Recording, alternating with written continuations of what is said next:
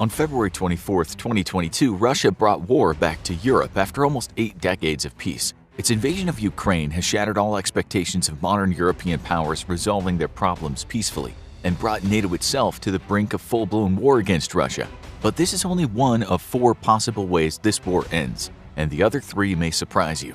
To date, Russia has lost an estimated 30,000 men either killed, captured, or wounded in action. That amounts to roughly 25% of the initial invasion force's ground combat troops in just over 2 months of fighting. By comparison, the United States lost 58,222 killed in action over the course of the entire Vietnam War. To put it simply, such incredible casualty rates are not only unprecedented, but completely unsustainable. Already, Russian losses are severe enough that it's estimated it'll take roughly 2 years to replace its tank losses alone. And that's only if international sanctions are lifted from the nation so it once again has access to the high-tech electronic components it doesn't produce at home.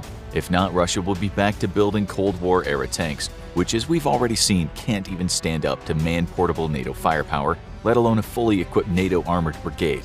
While there's currently a lot of talk about mobilization, Russian military leaders admit that mobilization will do little to help Russia win this war.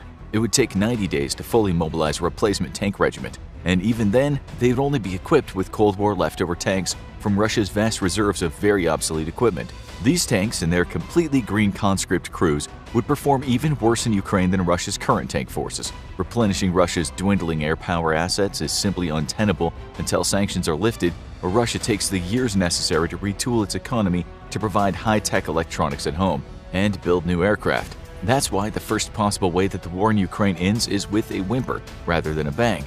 At some point, the flow of equipment reaching Ukraine from the West will simply outweigh the flow of obsolete equipment flowing into the nation from Russia. NATO military tech overpowers Russia's obsolete Cold War-era equipment, and Russian losses continue to mount, trying to break stiff Ukrainian defenses. To offset combat losses in personnel, Russia enacts mobilization and floods the conflict with additional conscripts. These conscripts are undertrained and poorly equipped, as well as suffering from extremely poor morale. They've been thrown into a war against a brother nation that none of them wanted to fight, while the professional volunteer soldiers, whose morale is also starting to slip, force them into combat under threats of punishment, in some cases under threat of death, as it's been reported that Chechen Kadyrovites have shot Russian soldiers who refuse to fight. The influx of manpower has the reverse effect in the fighting that Russia's hoping for. The tens of thousands of conscripts set loose across the front requires intense resupply at a time when Russia is already struggling to resupply the forces it already had in country. The weak morale and poor training work against Russia by leading to massive casualties and surrenders and engagements across Ukraine. Eventually, the bad morale becomes extremely infectious, leading to very serious breakdowns in discipline. We've already seen how one Russian tank commander had his legs crushed by a subordinate in anger at the extreme losses the unit took. Inevitably, a further Russian advance into Ukraine simply becomes impossible, and the offensive stops. Putin declares victory by saying that he has taken the Donbas region and secured the vital seaport of Mariupol and the all-important waterways leading to Crimea that Ukraine had previously dammed off after Russia seized the peninsula illegally in 2014. This falls way short of Putin's original goals of toppling the Ukrainian government and installing a puppet government, but it still leaves Russia in control of very strategically and economically important areas of Ukraine, while choking off about half of Ukraine's ability to export goods. The situation is not great for Russia, but it's not awful either, and if one overlooks the staggering casualties it took to get there, one might even consider it a win. However, the Ukrainians would have to accept this situation, and it's unlikely they're willing to simply give a quarter of their country over to Russians, especially if they're winning, and while certainly Ukraine isn't winning, it's definitely not losing either. There's every sign that despite Putin's earlier assurances that he wasn't interested in physically occupying Ukraine, that this is no longer the case. Though given Putin's laundry list of lies to date, it's likely this too was a pre-planned act of deception. In Russian-occupied areas, the Russian government is now guaranteeing pensions for Ukrainian citizens living there, as well as introducing the ruble as an official currency and even replacing street signs with those written in the Russian language. A massive effort to Russify the occupied territories is underway, with frightening speed, and perhaps most worryingly of all is the fact that one of the first things being brought into occupied territories is Russian television. This means that for citizens in occupied Ukraine, their only news source is now Russian state-run news and its non-stop blitzkrieg of propaganda. Putin is clearly not planning on ceding occupied territories back to Ukraine, but what if Ukraine fights back? Across the modern Eastern Front in Ukraine, Ukrainian forces are pushing back against Russian positions and liberating villages. However, they're also losing ground in the south. the entire front has become a back and forth reminiscent of 20th century wars. But the all-important here is that Ukraine was not supposed to be able to push back against Russian forces at all. Ukrainian forces were supposed to be completely overwhelmed by superior Russian firepower. And yet, we've discovered that Russia is almost as big a threat to itself due to incompetence, bad morale, bad equipment, and worse training as it is to Ukraine. Ukraine could simply refuse to accept Russian occupation and continue fighting. The United States of America has already pledged to continue supporting Ukraine militarily until, as House Speaker Nancy Pelosi put it, the fighting is done. Europe may not be so eager to support an ongoing war in Ukraine, but they don't have to be. In terms of overall contributions to Ukraine, Europe's contributions are a little above symbolic, with the lion's share of support coming from the United States. In recent meetings with America's defense industry leaders, President Joe Biden worked to create a strategy for the ongoing resupply of Ukraine, even if the war lasts for years. As long as Ukraine is willing to fight, the U.S. looks willing to continue supporting it, and the longer Ukraine wants to fight, the worse it might get for the Russians. Already, the initial stance on not supporting Ukraine with heavy equipment has shifted. This was due to the stunning performance of Ukrainian troops and the equally stunning incompetence of Russian troops. Western analysts predicted Ukraine would fall within 3 days, and nobody believed that Ukraine's military could survive, let alone beat back the Russian assault at Kyiv and beyond. Now that the U.S. believes Ukraine can fight for months, even years, it opens up the door for providing Ukraine with heavier equipment. Already, the U.S. has provided Soviet-built helicopters it sourced from other nations, as well as other equipment that Ukrainians are already familiar with. However, if Ukraine is committed to fighting for years and the stalemate in the East holds, there's reason to believe the United States would begin arming Ukraine with modern American equipment. This would require months of training for its crews, but after which Ukraine would be fielding capabilities far superior to Russia's own. This is only possible if Ukraine continues this fight for years, as it would take that long to train Ukrainian troops and create the logistical networks required for repairing and replenishing sophisticated equipment such as the M1 Abrams. Yet if Ukraine has to date held against the Russian onslaught, there's little reason to believe the nation couldn't hold a status quo for the necessary time to rearm itself with Western equipment. Under assault from a Western-armed Ukraine, Russia would lose badly in the east and be forced to retreat. At this point, there's only two ways this war ends. The first is with a humiliating admission of defeat by Russia and a general withdrawal. This is extremely unlikely.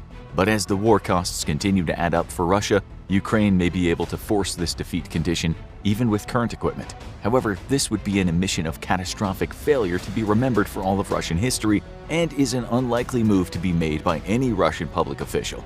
The second way this could end is with the use of weapons of mass destruction against Ukrainian forces. This includes nuclear, biological, or chemical weapons. Currently, Russia has nothing to fear from Ukrainian retaliation over the use of WMDs, as the nation has none in its arsenal. Most worryingly, Russia has already planted the seeds for the justification of WMD use by creating propaganda that claims Ukraine itself has been working on chemical and biological weapons under the supervision of Russia's favorite boogeyman, the US. This is, of course, a blatant lie, as Ukraine has no WMDs. And if it did, surely it would have used them in the initial desperate hours of the war when it seemed as if Russian troops would take Kyiv.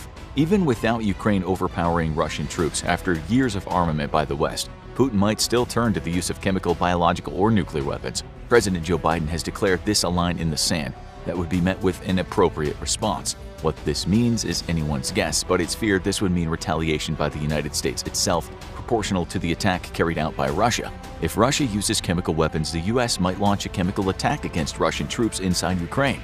The U.S. would be unlikely to use such weapons inside Russia itself, for fear of escalating the situation, and the only type of attack it might respond tit for tat for might be a nuclear one. The only thing Ukraine needs less than one nuclear attack on its own soil is 2 nuclear attacks on its territory. This brings us to yet another way that war in Ukraine could end. If Russia were to turn to the use of WMDs and the United States responded in kind, it could lead to that of which the world has been most fearing, a full-blown confrontation between NATO and Russia. And yet this is a nightmare scenario for Russia given how extremely poor its troops have performed against Ukraine's military, which is largely armed with Cold War weapons. Taking on NATO's professionally trained and well-equipped militaries would be a catastrophe of the highest order for Russian forces. And while before the West feared Russia's growing military might, the war in Ukraine has proven that Russia was a paper tiger all along. This is why, despite Putin's tough rhetoric against the West, the very last thing he wants to see is NATO tanks gathering outside Kaliningrad. Putin might speak tough, but he really has to ask himself just how many wars he wants to be losing at once. Our final way that the war in Ukraine might end is one that seems unlikely at first glance, but is frighteningly possible if several key facts about the conflict change. Currently, Russia is bombing civilians in their homes, and even going to great lengths to specifically target civilian shelters. Russia is also destroying civilian infrastructure not just in the east where the heaviest fighting is taking place, but all the way as far west as Lviv, which had its power plant bombed by Russia. Despite having no military value, these random civilian targets are in fact far from random because they have great terror value. Putin's strategy is simple. It follows the same strategy that Russia used in Syria. By targeting civilians, he hopes to create mass panic and fear across the country, eventually prodding the people to sue for peace. In Syria, terrorized civilians refused to support rebel forces. In Ukraine, a terrorized population could demand that its military stop fighting. With no political will to fight, Ukraine could surrender to Russia without Russia ever needing to completely dominate it. It's likely this campaign of terror would backfire against Russia, seeing as how the nation doesn't enjoy the military superiority it enjoyed in Syria. However, should it work, Russia would end up installing a pro-Kremlin leader into power in Ukraine. Given the fact that today Russia seems to have no intention on returning occupied territories and is even going so far as to Russify them, a puppet leader could call for a referendum on Ukraine rejoining Russia in the style of a former Soviet republic. It's even possible that Russia would actually rebrand itself as the Soviet Union again, something that is likely extremely appealing to a Cold War diehard like Vladimir Putin. A new Iron Curtain could fall across Europe, and the Cold War 2.0 would begin anew. With Ukraine pacified, Putin would inevitably invade Moldova. Recently, a Russian general accidentally let slip what seemed to be Putin's real goals in Ukraine. His efforts focused on creating a land corridor across southern Ukraine that would not only cut off Ukraine from the sea and choke its economy, but also allow access to the Moldovan breakaway region of Transnistria. From there, Russian forces could pour into Moldova as well, all under the guise of protecting Russian native speakers. Putin would be 2 steps closer to restoring the former Soviet Union in its full glory, with eyes indubitably turning west toward Latvia, Lithuania, and Slovakia. These 3 nations are currently NATO members, which makes it doubtful Putin would seriously try to invade them, especially after President Biden's declaration that the United States would fight for every inch of NATO territory. The wording of this proclamation wasn't an accident either, as the United States has been aware of internal Russian brainstorming that involved launching a tiny incursion into a Baltic state, just enough to take a single village or a few miles of border territory, and then digging in defensively. This would force NATO to go to war against the entrenched Russian defense force over an insignificant border incursion. Seeing as some current NATO members didn't even want the Baltic states to join the alliance in the first place due to their vulnerability to Russia, it's possible NATO would splinter internally over the invocation of Article 5. This would destroy confidence in the alliance, especially from its most vulnerable members in the East, and could lead to a collapse of NATO on the whole. This would leave the United States and perhaps a few other European countries fighting an extremely unpopular war that a significant portion of Europe doesn't even want. In such a scenario, it's possible Russia wins this confrontation with the West and is allowed to take as much of the Baltics as it really wants. Vladimir Putin would have finally succeeded in restoring the Soviet Union in whole and greatly escalating the potential for a devastating nuclear conflict. Now go watch What's Wrong with the Russian Military, or click this other link instead.